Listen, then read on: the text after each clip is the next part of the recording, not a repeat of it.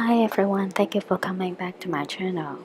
In this video, I will talk about the Agenda 21 that was created by the New World Government, UN, United Nations, in 1992. We are approaching the 71st year of Israel became a nation, which means the big system is going to implement um, it's going to implement I think shortly after May 14 this year. This video can give you an overview of what will happen from individual level to country level. Okay, let's get started. The local Agenda 21 mandate. In June 1992, the United Nations Conference on Environment and Development adopted Agenda 21, the Global Action Plan for Sustainable Development. Chapter 28 of Agenda 21, entitled Local Authorities' Activities in Support of Agenda 21, states that because so many of the problems and solutions being addressed by Agenda 21 have their roots in local activities, the participation and cooperation of local authorities will be a determining factor in fulfilling its objectives.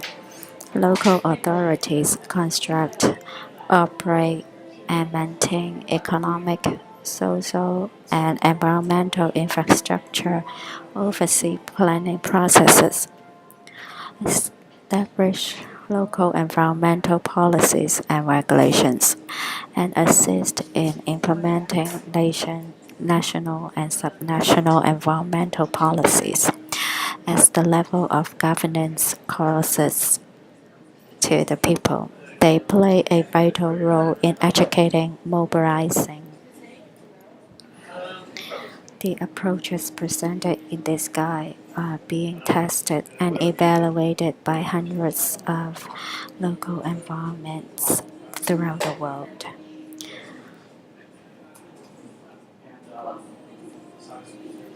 Hundreds of local governments working with their national and international associations to local government are engaged in Agenda 21 planning activities.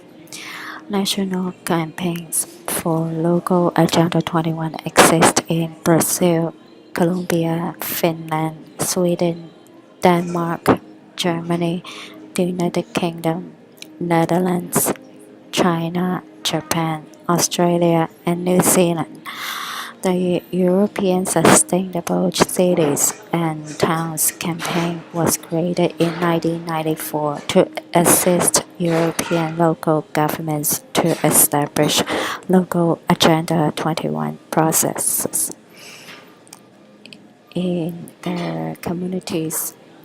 In addition to the participants in these campaigns, individual local governments have established local Agenda 21 planning processes in Peru, Ecuador, the United States, Canada, Poland, Germany, Austria, Hungary, Bulgaria, Italy, Spain, Greece, Senegal, Uganda, Tanzania, Zimbabwe, South Africa, India, Thailand, and Papua New Guinea, to mention a few countries. Agenda 2030, Agenda 21, Global Governance, New World Order, News, UN.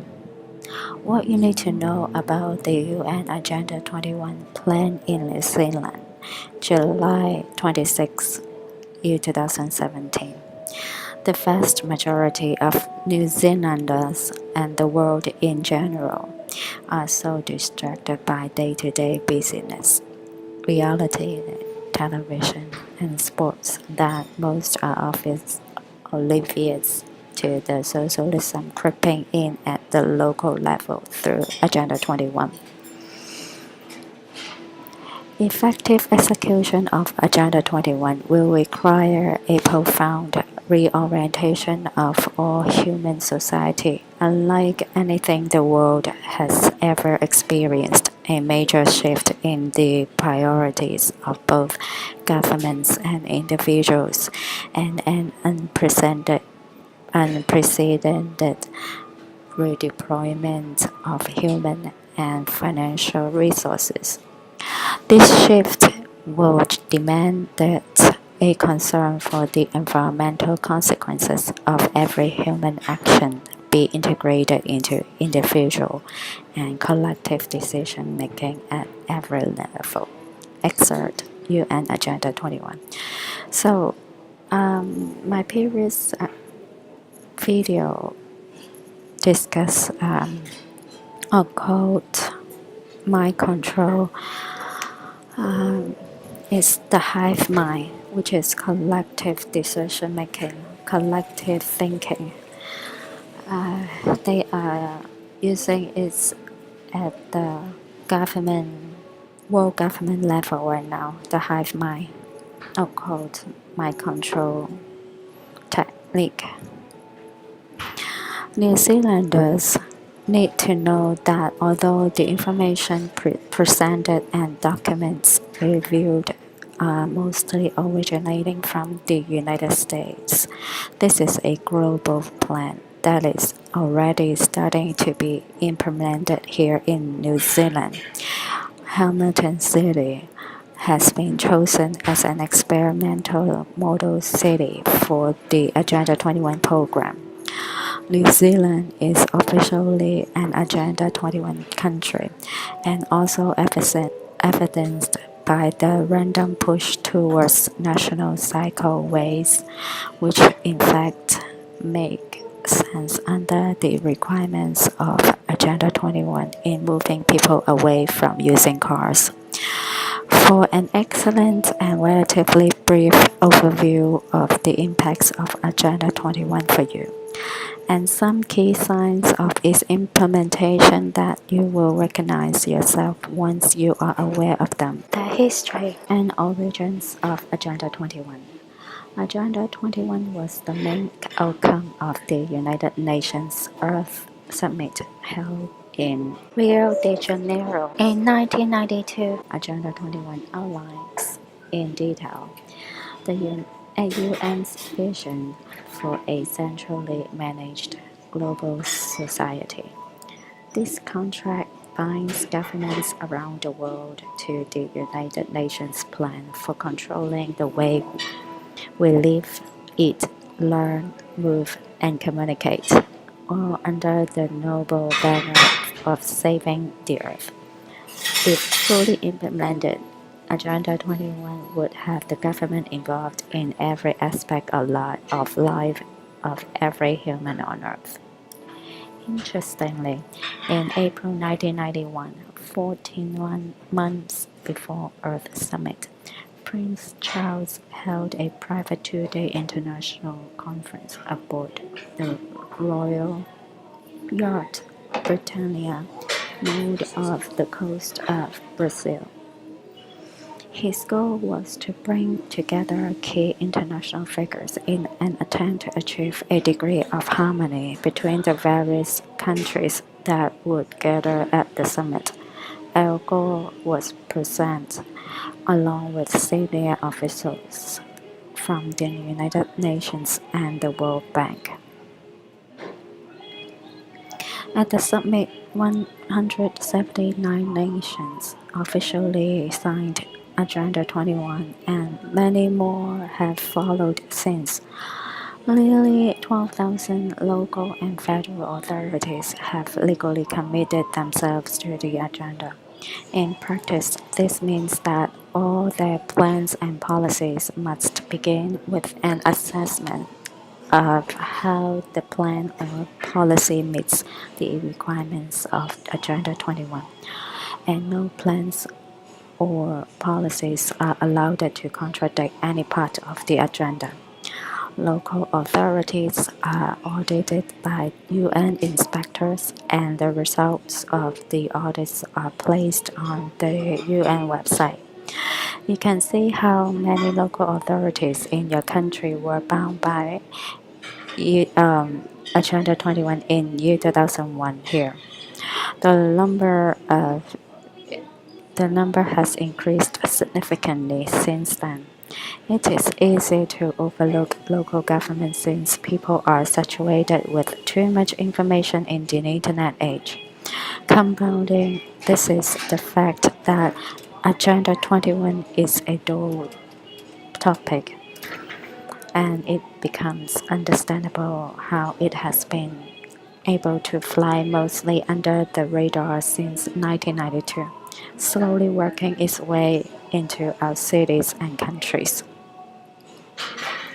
Agenda 21, which reportedly means an agenda for the 21st century, is a United Nations program launched in 1992 for the vague purpose of achieving global sustainable development. Interestingly, the United States Congress never approved Agenda 21, although Presidents Obama, Clinton, and George H.W. Bush have all signed executive orders implementing it. 178 other world leaders agreed to it in 1992 at the Rio Summit.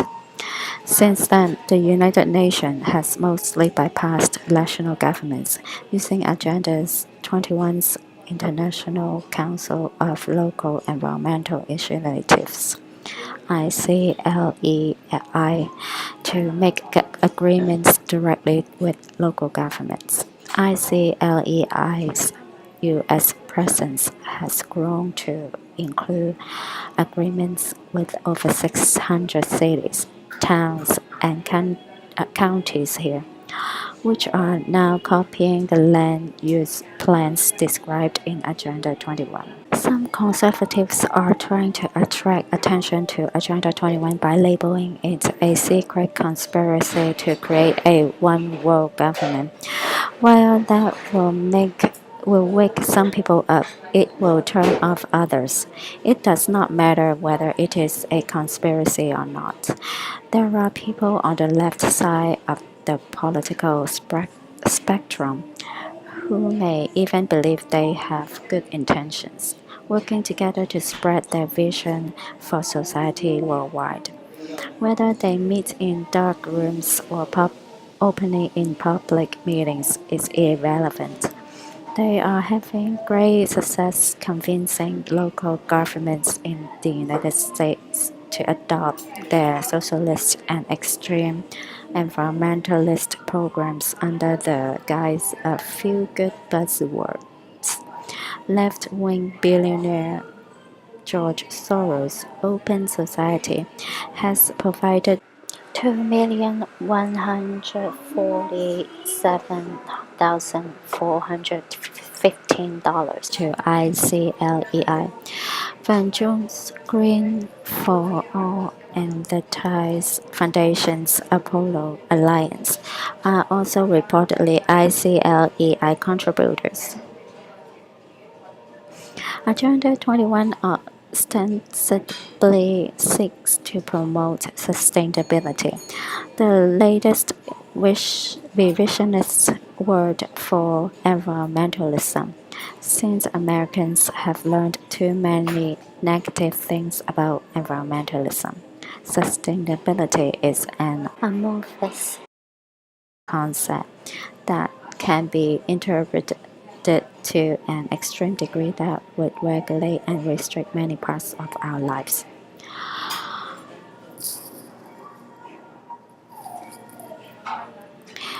In the process of implementing sustainable development, you will be required to surrender your individual rights, must give up all private ownership of land.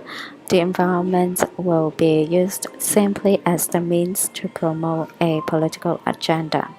Restructuring of governmental systems of the world's nations so that all the people of the world will be the subjects of a global collective. Again, global collective, which is the high mind. We are a collective high mind. Powerful behavior control techniques and peer pressure used to make developing children question their individual worth and values, designed to disrupt parental oversight in the upbringing of their children, which means powerful behavior control, which is MK Ultra. They have been using it in our entertainment programs such as TV shows, movies, music. They've been using this technique to control our behavior. Peer pressure, of course, because of the trends of music, fashion, behavior on TV, the reality shows. Control our food and water as well as natural seeds to grow our own food. Of course, they've been using putting fluoride in our water and uh,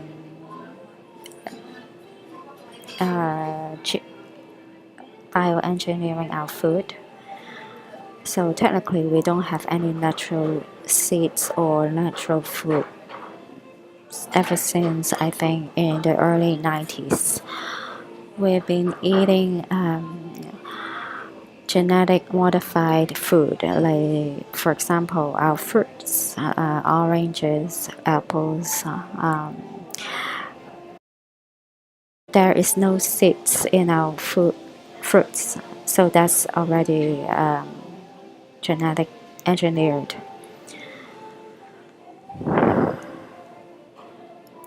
Once these vague, overly broad goals are adopted, they are being interpreted to allow massive amounts of new, overreaching regulations. Joyce Morrison from Ecologic Powerhouse says Agenda 21 is so broad it will affect the way we live, eat, learn, and communicate.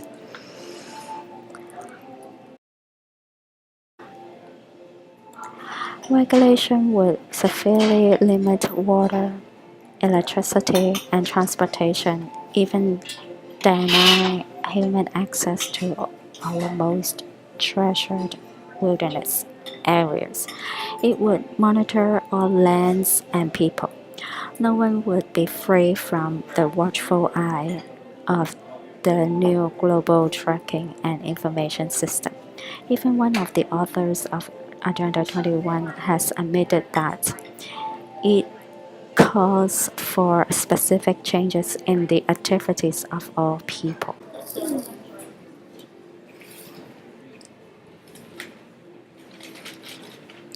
Obama signed Executive Order 13575 earlier this month, which is in year 2017, establishing a White House Rules Council prescribed by Agenda 21. The amount of government Obama has directed to administer this is staggering. Obama committed thousands of federal employees in 25 federal agencies to promote sustainability in rural areas, completely bypassing congressional approval. Some of these agencies are unrelated to rural areas. The agencies will entice local communities into adopting Agenda 21 programs by providing them millions of dollars in grants.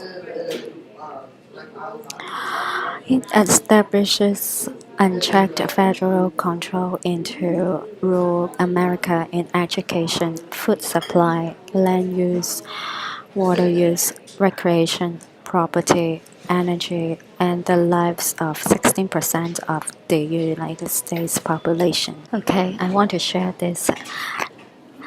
According to the UN's Biodiversity Assessment Report, items for our everyday lives that are not sustainable include ski fields, grazing of livestock, plowing of soil, building fences, industry, single-family homes, paved and tarred roads, logging activities, dams and reservoirs, power line construction, economic systems that fail to set proper value on the environment, capitalism, free markets.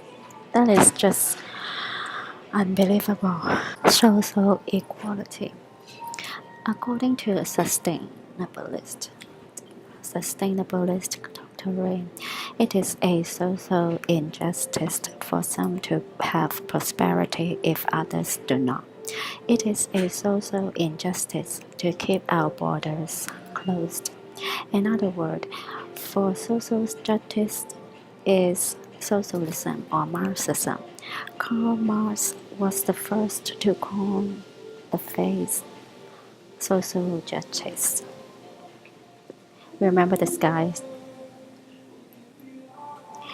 Most recently, the theory of social justice has been used to justify government takeover of healthcare. Today, the phrase is used throughout sustainabilist literature. The sustainabilist system is based on the principle that individuals must give up selfish wants for the needs of the common good or the community. Common good community. This is the same policy behind the push to eliminate our nation's borders to allow the migration of those from other nations into the United States to share our individually created wealth and our taxpayers paid government social programs. Say the sustainabilist. Justice and efficiency go hand in hand. Borders, they say, are unjust. Under the sustainabilist system, private property is an evil. That is used simply to create wealth for a few. So to its business ownership. Instead, every worker person will be a direct capital owner. Karl Marx, he is the founder of Marxism and socialist. Property and businesses are to be kept in the name of the owner, keeping them responsible for taxes and other expenses. However, control is in the hands of the community government. Under sustainable development, individual human wants, needs, and desires are to be conformed to the views and dictates of social planners. Individual rights will have to take a back seat to the collective in the process of implementing sustainable development. They always use collective because they exercise the hive mind occult technique to control the mass, to control the public. That is the collective control. The following few slides, you can pause the video to read through the information because I don't want to read them out loud. I think this video will be blocked by YouTube or again shadow banned by YouTube.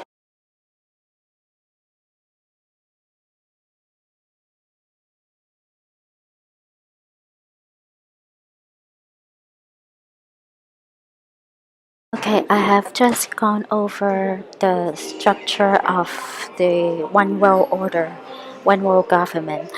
In the next video, I will continue to talk about who are the people behind the one world government. Okay, bye.